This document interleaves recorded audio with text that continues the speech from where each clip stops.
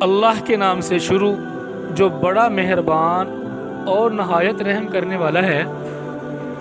حدیث نبوی صلی اللہ علیہ وآلہ وسلم۔ میں نے معاویہ بن ابی سفیان رضی اللہ عنہما سے سنا، وہ خطبہ دے رہے تھے۔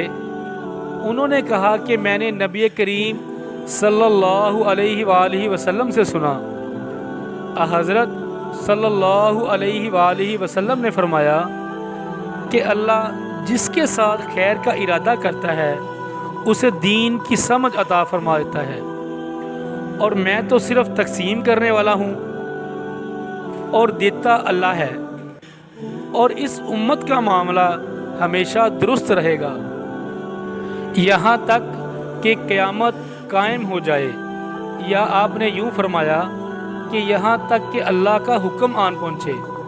صحیح بخاری حدیث نمبر 7312۔